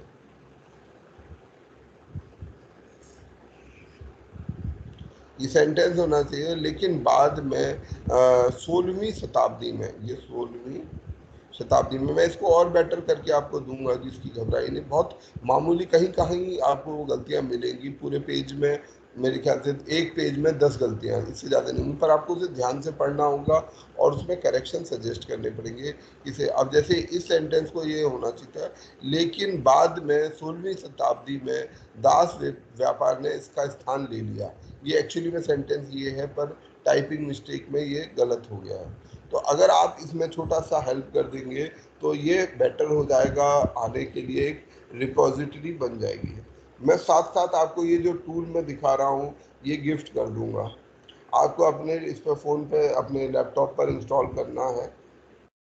फ़ोन में तो आजकल शायद अपने से होता है, फ़ोन में तो ये फ़ॉन्ट आ जाता है, पर लैपटॉप में नहीं आता है ये फ़ॉन्ट। तो ये फ़ॉन्ट मैं आपको गिफ्ट कर सकता हूँ, और अगर आप ये मेरा काम करा देंगे तो आप में से जो भी इसके लिए करना चाहे वो अपना नाम बता दे तो अच्छा रहेगा। करेगा कोई? यस सर, मैं जी कर सर, लूंगा। दे दीजिए, हम कर देंगे। नाम बता दीजिएगा। जी सर। जयंत। नीतीश, इसको भरा लो। इंग्लिश खाली कर सकते इंग्लिश में ज़्यादा गलतियाँ नहीं है, गलतियाँ ज़्यादा हैं हिंदी में, क्योंकि उसमें ना एक मशीन ट्रांसलेशन का इस्तेमाल किया गया। मशीन ट्रांसलेशन में कुछ गलतियाँ होती हैं। नाम बताएंगे, रोल नंबर बता दीजिए, नाम। जी सर। जयंत। जयंत। सर नीतीश। ज्यादा पेज नहीं दूंगा मैं। जयंत, आपका रोल नंबर या फोन नंबर, रोल नंबर बता दो, मैं फोन नंबर तो ढूंढ लूंगा। सर 33527। जयंत के बाद सर लिखिए Nitish sir, T3301। Chandan Kumar. T कितना? हेलो नीतीश, दोबारा बोलोगे? हेलो। हाँ नीतीश, अपना दोबारा रोल नंबर बोल दो। T3301 sir. T01 3301। जी सर। जी सर। चंदन कुमार। संदीप कुमार सर। अगला कौन है? नंदिनी। चंदन कुमार। चंदन, ओके, थैंक यू चंदन। चंदन, आप अपना रोल नंबर बोल दीजिए। T3532। ठीक है। सर भावेश। भावेश, भावेश अपना रोल नंबर बोल देना। T59। ठीक 3059। ठीक है। एक और नाम दे दो, फिर इसको 5 को ही अभी महेश कुमार। लड़की को लेते हैं। महिमा। महिमा आपने बोला? महिमा, रोल नंबर क्या है आपका?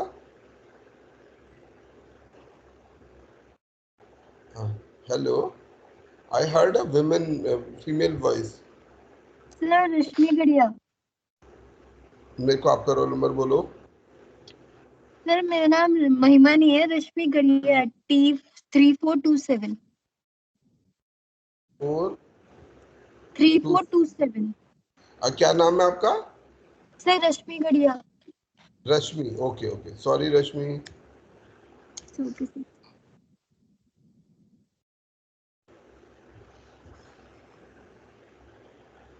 चलो ठीक है, तो मैं आप लोगों को भेज देंगे, और ज़्यादा नहीं, 10 पेज होंगे, और इस एक्सरसाइज को अगर आप ज़्यादा समय नहीं लगाएंगे, घंटे भर में कंप्लीट हो जाएगी। बस आपको रीड करना है। रीड करने में आपको फ़ायदा ये हो जाएगा कि रीड करते समय आपको भी क्लियरिटी रहेगी, आपको ध्यान से पढ़ना पड़ेगा, तो आप भूलेंगे भी नहीं।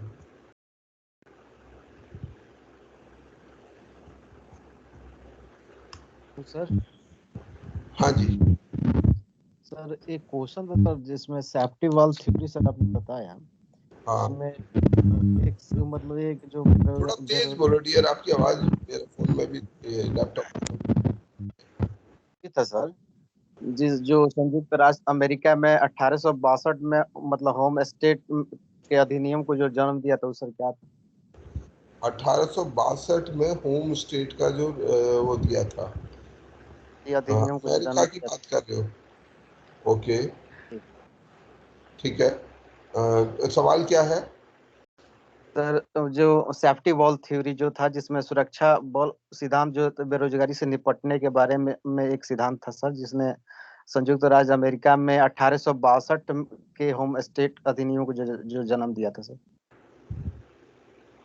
नहीं, अगर देखो, हम तो जिस सेफ्टी वॉल की बात करें, जिस कॉन्टेक्स्ट में बात करें, अलग अलग जगह का अलग अलग कॉन्टेक्स्ट हो सकता है। बिल्कुल अमेरिका में भी इस प्रकार का कुछ और कॉन्टेक्स्ट हो सकता है, जिसकी कम से कम मुझे अभी जानकारी नहीं है। आपने बताया तो मैं समय निकाल के कोशिश करूंगा कि इसे पढ़ लूँ। परंतु भारत में जिस कॉन्टेक्स्ट में हम इसकी बात करते हैं सेफ्टी वॉल थ्योरी की, वो है भारतीय नेशनल कांग्रेस, ठीक है, INC, इंडियन नेशनल कांग्रेस। अब जब इंडियन नेशनल कांग्रेस बनाई गई 1885 में, तो कई सवाल पूछे जा सकते हैं। पहला सवाल ये है कि अंग्रेजों ने इसको बढ़ने ही क्यों दिया, बनने ही क्यों दिया? और अंग्रेज उस समय तो बहुत शक्तिशाली थे, और उस समय आज के समय जैसी लिबर्टी नहीं थी। दो डंडे मार के किसी को भी भगाया जा सकता था। आज भी मार के भगा देते हैं, तो उस समय सोचो, ना कोई कम्युनिकेशन, ना कोई साधन, किसको क्या पता चलता? दो दो चार चार डट लगते तो ये सब भाग जाते। तो कांग्रेस बनी 1885 में, अंग्रेजों ने उसे बनने दिया। ना केवल बनने दिया, उसकी स्थापना में भी अंग्रेज ने ही महत्वपूर्ण भूमिका निभाई। जो फाउंडर थे एयो हयूम, वो मेन पर्सन थे जिन्होंने इस प्रोसेस को एक्टिवेट किया। अब ये चीज कि अंग्रेजों ने इसको बनने क्यों दिया, और एक अंग्रेज सिविल सर्वेंट खुद कोशिश कर रहा है कि आप लोग बनाओ, क्यों ऐसा हुआ? तो इसे लोगों ने अलग अलग तरीके से देखा। कुछ लोगों ने इसे शक की नज़र से भी देखा। उसने कहा कि भाई देखो, ऐसा नहीं है, हमें लग सकता है भारतीयों को कि हमने बनाया, अंग्रेजों ने बनवाया। ठीक है, ये जो कांग्रेस थी, ये भारतीयों ने बनाई नहीं, बल्कि अंग्रेजों द्वारा बनवाई गई। अंग्रेजों ने क्यों बनवाई है? उनका जो समझ है, जो जो इस विचार के लोग हैं, उनकी समझ ये कहती है कि भाई हम, मतलब ये बिल्कुल तरीके से देखा जाए तो it's an administratively wise also. ठीक है, अगर आप किसी क्षेत्र के, आप DM हैं, ठीक है, आप मान लेते कल कहीं DM बन जाएंगे, तो आप खुद चाहेंगे कि भाई हमारे यहाँ पर क्या हालात हैं, ठीक है, हमारे डिस्ट्रिक्ट में क्या हालात है, उन पर नज़र रखी जानी चाहिए, ध्यान रखना चाहिए लोग क्या सोच रहे हैं, लोग नाराज तो नहीं हैं। क्योंकि पहले आदमी नाराज होता है, फिर जब बहुत नाराज होता है, फिर एक समय वो जाता है, यार भाड़ में जाने दो, जो होगा देखा जाएगा, लगा दो आग। ठीक है, ये भी एक अप्रोच होती है ना, जब हम बहुत ज़्यादा फ्रस्ट्रेटेड होते हैं कि सब खत्म कर दो और ये कर दो। तो जैसे हमारा 1857 में हमने देखा, या और विद्रोहों में हमने ये बात को देखा कि कितना बड़ा एक वॉयलेंट मूवमेंट भारत देश के अंदर खड़ा हो गया, जिसमें कितने सारे अंग्रेजों की भी डेथ हुई, उनको कितना नुकसान हुआ, उनका साम्राज्य हिल गया। अगर वो थोड़ा सा केयरफुली काम ना करते, तो शायद 1857 में अगर ज़्यादा भारतीय ऑर्गेनाइज्ड होते, तो शायद वो भारत को आज़ाद भी करा देते। तो ऐसे में ये चीज़ एडमिनिस्ट्रेटिवली बहुत बुरी है। तो अगर कोई समझदार एडमिनिस्ट्रेटर होगा तो कहेगा कि हाँ ठीक है, इसे बना दो। इससे क्या होगा? लोगों का जो गुस्सा है कि अच्छा भाई आप नाराज हो, अच्छा मुझे बताओ क्या तकलीफ है। ठीक है, अगर मैं आपकी तकलीफ सुन लूंगा, अच्छा मुझे लिख के दे दो, अपनी कंप्लेन बता दो। जब आप एडमिनिस्ट्रेशन में जाओगे, आप भी यही काम करोगे। कोई आपके पास शिकायत लेके आएगा, तो जो एडमिनिस्ट्रेटर होता है वो उनसे मार के नहीं भगाता, कहता अच्छा हाँ हाँ बताइए आपकी क्या तकलीफ है ना, अच्छा क्या हुआ है, अच्छा ऐसा है, आपकी जो शिकायत है वो लिखित में दे दीजिए हमें। अब ये जो लिखित में देने से, चाहे वो आपकी कंप्लेन को कुछ ना करे, वो कंप्लेन आपकी उठा के कूड़े में फेंक दे, और इससे एक बहुत बड़ा फायदा होता है नहीं होगा, नहीं होगा, यस क्या सर। फायदा होगा इससे आपसे? सर कोई प्रेशर ग्रुप नहीं बिल्डअप होगा इसके कारण। आपके अंदर जो प्रेशर है, आपके अंदर जो गुस्सा है, आप किसी जगह पे बहुत ज्यादा नाराज हो, अगर एक समझदार ऑफिसर होगा वो आपको बुलाएगा अपने पास। मान लीजिए आप उसके सबॉर्डिनेट से, उसके किसी भी चीज से बहुत गुस्सा है, आपको लग रहा है कि नहीं बहुत ज्यादा गलत हो रहा है, मेरे को ये परेशान होगा और वो परेशान होगा, तो उसका जो सीनियर ऑफिसर सबॉर्डिनेट वो होगा, तो आपको बुला के आपसे पूछेगा कि अच्छा बताइए क्या दिक्कत है, लिखित में दीजिए, हम कार्रवाई करेंगे। अब वो करेगा नहीं करेगा, आप बॉदर्ड भी नहीं हो, क्योंकि उस समय आप बहुत ज्यादा गुस्से में हो। ठीक है, 1 घंटे बाद, 2 घंटे, 1 महीने, 1 दिन बाद आप शांत पड़ जाओगे, 1 दिन बाद आप भूल जाओगे, 6 महीने भर बाद आपको याद भी नहीं रहेगा कि क्या घटना घटी थी, पर उस समय आप बहुत गुस्से में हो, तो वो क्या करेगा, आपका प्रेशर रिलीज हो जाएगा।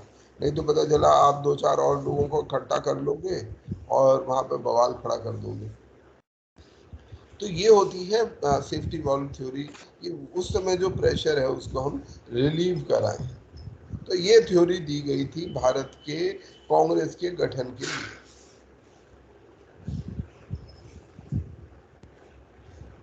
अच्छा, इसके बाद यहाँ से हमारा जो 1905 का घटनाक्रम शुरू होता है कि 1905 में किस तरीके से भारत के अंदर में घटनाक्रम शुरू हुआ और जिसने किस तरीके के बदलाव लाने शुरू हुए। भारत में जो है 1898 में 30 दिसंबर को लॉर्ड कर्जन भारत के वाइसरॉय बने और उन्होंने 1903 में भारत में बंगाल का विभाजन घोषित कर दिया। बंगाल को 2 हिस्सों में भाग करने का फैसला ले लिया, जिससे क्या होगा, बंगाल के 2 हिस्से हो गए, ईस्ट बंगाल या ईस्ट पाकिस्तान, जो बाद में बांग्लादेश बन गया। इस समय पर जो बंगाल था उसमें क्या क्या शामिल था, बिहार, उड़ीसा, बंगाल और ढाका। ढाका मतलब बांग्लादेश पूरा का पूरा, तो ये सब उसमें शामिल हुआ करता था। तो यानी ये बंगाल उस समय बहुत बड़ा वो रहा होगा प्रांत। कितना बड़ा प्रांत रहा होगा, मतलब आज उसमें 2 देश, एक तो पूरा का पूरा देश है और बिहार, उड़ीसा और वेस्ट बंगाल जैसे बड़े राज्य जिनकी आबादी बहुत ज्यादा है, उतना बड़ा ये था बंगाल। जब ये विभाजन घोषित हुआ, विभाजन घोषित इसमें असम भी था सर? असम की मेरे को जानकारी नहीं है, नहीं था असम सर नहीं। सर असम भी था सर, एक लिस्ट निकाला सर, उसमें असम भी दिया।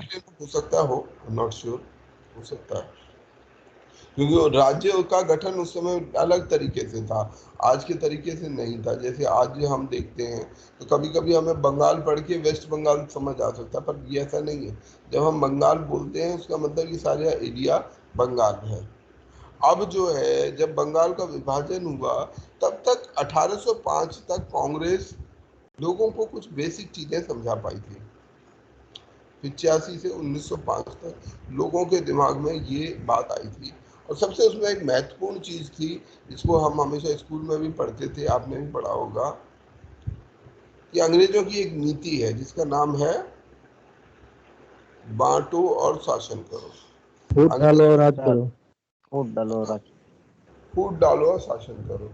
तो ये फूट डालो शासन करो की नीति है, इससे ये हमारे ऊपर शासन करते हैं, अलग अलग तरह से फूट डालते हैं, धर्म के नाम पर फूट डाल रखी है। तो अंग्रेज इस चीज़ को इस्तेमाल भी करते थे, कभी मुस्लिम दल को पिक कर लेते। 1857 में मुस्लिम समुदाय को बिल्कुल नेग्लेक्ट कर दिया कि नहीं, मुस्लिम जो है विद्रोही हैं, गोरखा, सिख, ऐसे लोगों को बढ़ावा दिया। तो अपनी एडमिनिस्ट्रेटिव सुविधा के हिसाब से वो अलग अलग समुदायों का इस्तेमाल करते थे, डिवाइड करते थे और शासन करते थे। तो जब ये 1905 में ये विभाजन हुआ तो इसे भी इसी नज़र से देखा गया कि जो है ये अंग्रेज एक्चुअली में क्या करना चाहते हैं, ये हमें डिवाइड करना चाहते हैं। क्योंकि इस समय पर बंगाल जो है ऐसा क्षेत्र था जो दुनिया देश का सबसे आगे तरक्की करने वाला, सबसे आगे, सबसे उन्नत और मतलब इंटेलेक्चुअली सबसे अवेयर प्रोविंस था। जो आर्ग्यूमेंट गवर्नमेंट का था कि क्यों करना चाहते हैं हम, जिससे कि ये जो बंगाल का क्षेत्र है, अंडर डेवलप्ड ईस्टर्न पूर्वी क्षेत्र है बंगाल का, वो भी विकसित हो पाएगा। और जो बंगाल इतना बड़ा प्रोविंस है, उस प्रोविंस पर सही प्रकार से एडमिनिस्ट्रेशन चलाना, प्रशासन चलाना अब संभव नहीं हो पा रहा है।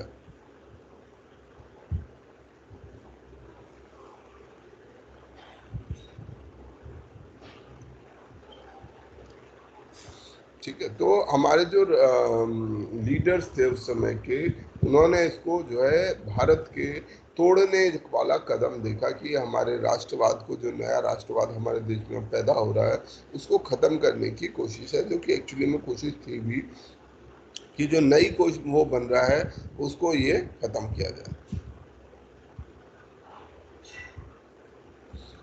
कर्जन ने खुद बोला that our objective is to dethrone Kolkata. dethrone Kolkata मतलब कलकत्ता शहर वहाँ जो पे सर कलकत्ता शहर जो जितनी राजनीतिक गतिविधियां हैं इनका सेंटर बन गया था। ठीक है, क्योंकि यहाँ सबसे इंटेलेक्चुअल लोग थे, पढ़े लिखे लोग थे, और सरकार भी यहाँ पर सीन में थी। तो जो कलकत्ता था वो केंद्र बन गया था इन गतिविधियों का, और वो चाहता था कि यहाँ से इन गतिविधियों को हटाया जाए। तो उसका उद्देश्य था कि किस तरीके से कलकत्ता से इन गतिविधियों को हटाना है।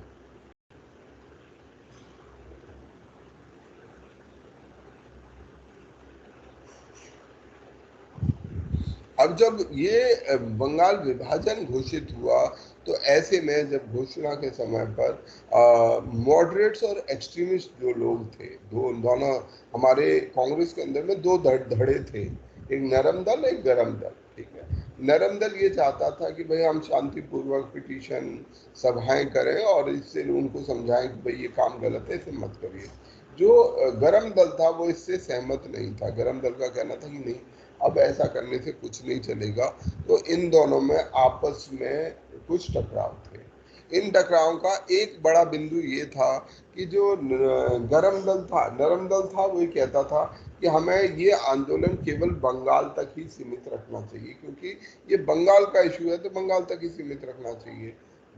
जो गरम दल था वो ये कहता था कि नहीं, ये बंगाल का इशू नहीं है, ये अफेक्ट बंगाल को कर रहा है, पर ये बंगाल का इशू नहीं है, पूरे देश का मुद्दा है, पूरे देश के लोग इससे प्रभावित हो रहे हैं, तो हमें यहाँ तक इसे सीमित नहीं रखना चाहिए, बल्कि इसे एक नेशन वाइड एजिटेशन में बदलना चाहिए।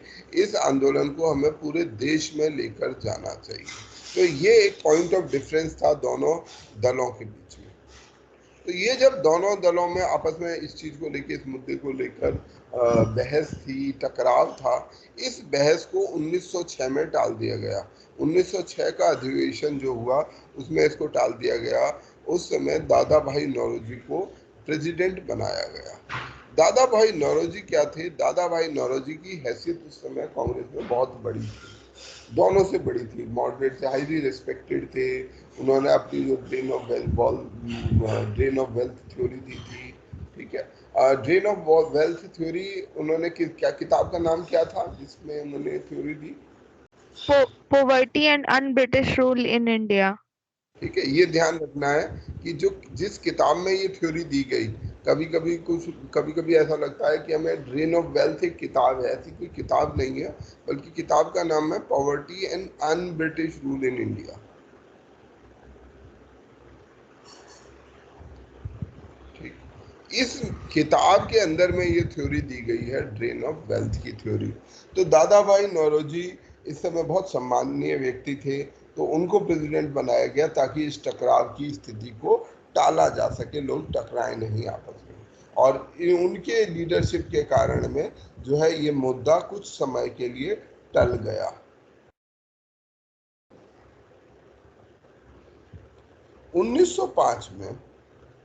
1905 में ये जो बंगाल पार्टीशन हुआ, उसका जो है वहाँ पर एक आंदोलन की शुरुआत हुई, और उस आंदोलन को हम बोलते हैं स्वदेशी आंदोलन।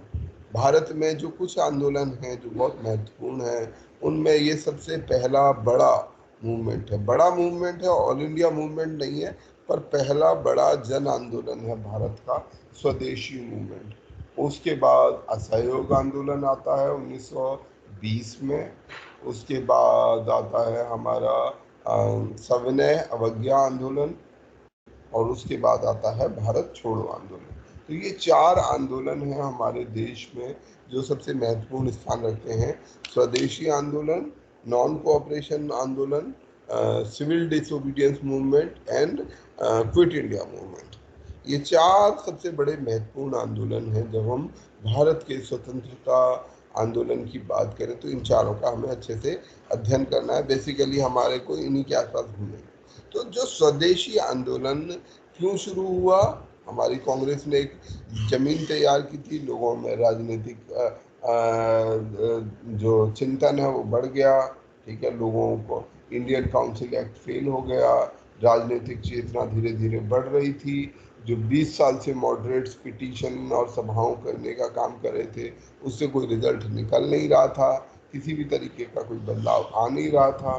तो इन सब के कारण में लोगों में गुस्सा था, और ऐसे गुस्से को करजन के बंगाल के पार्टीशन के फैसले लेने से वो गुस्सा और तेजी से फूट गया, और उससे ये आंदोलन की शुरुआत हुई। अगस्त 1905 में बॉयकॉट रेजोल्यूशन पास किया गया कलकत्ता टाउन हॉल की मीटिंग में। कलकत्ता टाउन हॉल में मीटिंग हुई और बॉयकॉट रेजोल्यूशन, बहिष्कार का रेजोल्यूशन पास किया गया। और स्वदेशी को अपनाना, कि हमें अंग्रेजी शासन को कमजोर करने का सबसे अच्छा तरीका क्या है।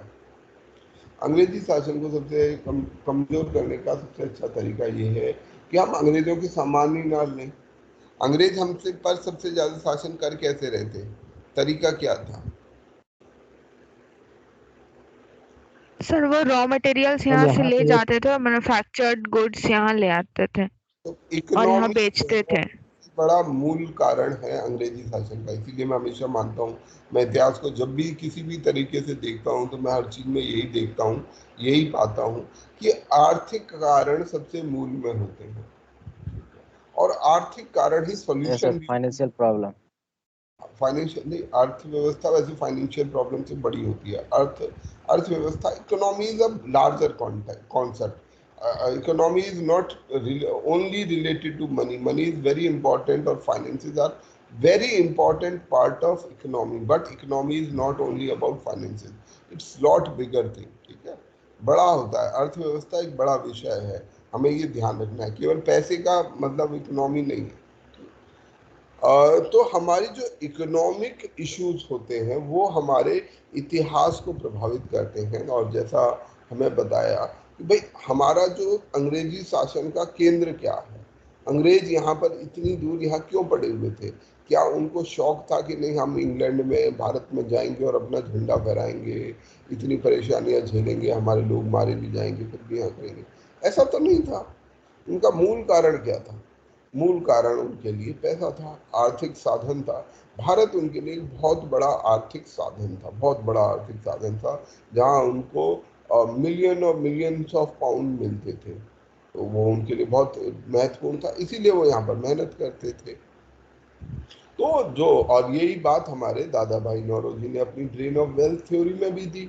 अब जब ड्रेन ऑफ वेल्थ थ्योरी में ये दी तो वहीं पर एक बात और समझ आती है कि जब व्यापार उनका लिए इतना महत्वपूर्ण है, यदि आप किसी तरह से उनके व्यापार को खत्म कर दो, जो मौलिक कारण है जिसकी वजह से वो यहाँ पर हैं, उनके अगर आप व्यापार को खत्म कर दो, रॉ मटेरियल उन्हें दो मत और बना हुआ माल उनसे लो मत, तो उनको प्रॉफिट होगा ही नहीं। जब उनको प्रॉफिट होगा नहीं, पैसा मिलेगा नहीं, तो अपने आप कहेंगे छोबाड़ में जाने दो, हम अपने देश चलते हैं। भाई जहाँ हमें कुछ लाभ नहीं हो रहा, आर्थिक लाभ, तो हम वहाँ क्यों रहेंगे? तो वो स्वदेश जो है, ये स्वदेशी मूवमेंट ने सोच बनाई कि हमें अंग्रेजी सामान का बहिष्कार करना चाहिए, हमें उसको यहाँ से बाहर निकालना चाहिए। ये अंग्रेज अपने सामान के साथ खुद ही भाग जाएंगे, जो कि बिल्कुल सही था अगर ये इम्प्लीमेंट हो जाए तो। तो जो ये स्वदेशी आंदोलन है जो एंटी पार्टीशन मूवमेंट से शुरू हुआ, ठीक है, उसने एक बड़े आंदोलन में, स्वदेशी आंदोलन में जो ये तब्दील हो गया और इसने हमारे देश में एक बड़ा बदलाव, राजनीतिक बदलाव के लिए जमीन खड़ी कर दी। जो पार्टीशन था, पार्टीशन की घोषणा हुई थी 1903 में और इसको इफेक्टिव बनाया गया, ये पार्टीशन किया गया अक्टूबर 16, 1905 को।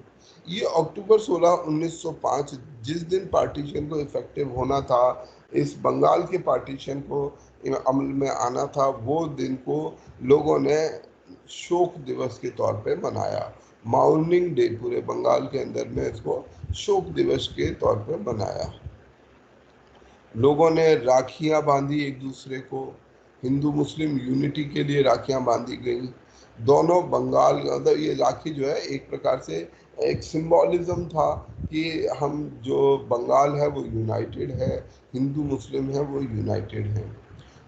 लोगों ने होली रिवर्स में, जो पवित्र नदी गंगा नदी है, उसमें स्नान किया, वंदे मातरम गाना गाया। ठीक है, होली रिवर जैसे हमारे यहाँ मतलब जो हिंदू धर्म है उसकी रीत के अंदर में ये होता है कि जब कोई चला जाता है तो लोग गंगा जी जाते हैं और वहाँ पर जाकर स्नान करते हैं, तो वैसा लोगों ने किया। वंदे मातरम सॉन्ग गाया और ये वंदे मातरम सॉन्ग एक राष्ट्रीय गीत के तौर पर बदल गया। टैगोर ने इसी समय पर ये रचना अपनी लिखी थी जिसका नाम है अमार सोनार बांग्ला। अमार सोनार बांग्ला, तो ये अमार सोनार बांग्ला जो है इस समय पर लिखा गया और बाद में ये अमार सोनार बांग्ला राष्ट्र गीत बन गया। किसका? बांग्लादेश का। बांग्लादेश। हाँ, रविंद्रनाथ टैगोर ऐसे व्यक्ति हैं जिनके जो गीत हैं वो दो देशों के नेशनल एंथम है।